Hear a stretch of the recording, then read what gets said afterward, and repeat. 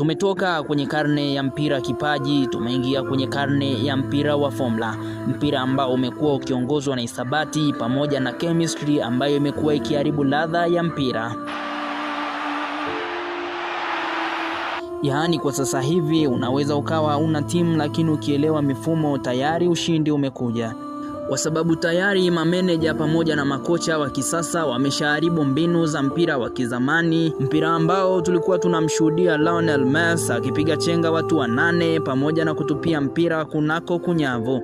Kwa sasa hivi lazima tukubali ya kwamba hatutokuja kuona tena mpira wa JJ Okocha wala mpira wa Ronaldinho wala ule mpira wa Neymar. Kwa sababu tayari Guardiola na mwenzake Zidane wameshatuharibia kabisa ile formula ya mpira. Sasa mimi na wewe mwanangu tubaki tukibeti mambo ya football, tuwaachie makocha pamoja na wachezaji.